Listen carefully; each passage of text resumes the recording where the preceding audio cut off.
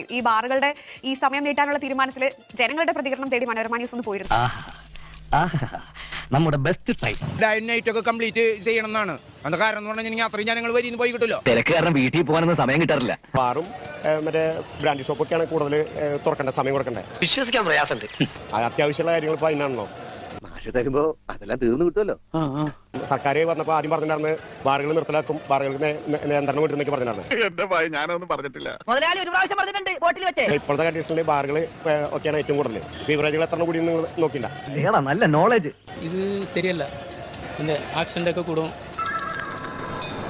എന്നാര് പറഞ്ഞു? അവരോട് പോലീസൊക്കെ ഊതാൻ പറയും, ഊതിയിട്ട് അതിന് ഫൈൻ ഇടും. അപ്പൊ ഗവൺമെന്റിന് 2 മണായി.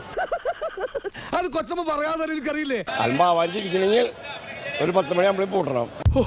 ഇപ്പോഴെനിക്കൊന്ന് സമാധാനമായത്. 10 മണി കഴിഞ്ഞിട്ട് വെച്ചാൽ പിന്നെ അൽമ്പുണ്ടാവുള്ളൂ. നശിവു കുടിക്കുന്നവരെല്ലാരും നശിവു. ശപിക്കാണ്ടോ ഞാൻ തന്നെ. 10 മണിയാകുമ്പോഴേ എല്ലാരും വീഴുമല്ലോ. പിന്നെ 12 മണി ആക്കിയോണ്ട് വലിയ പ്രയോജനം വരുമെന്ന് എനിക്ക് തോന്നുന്നില്ല. ഓ അത് ശരി.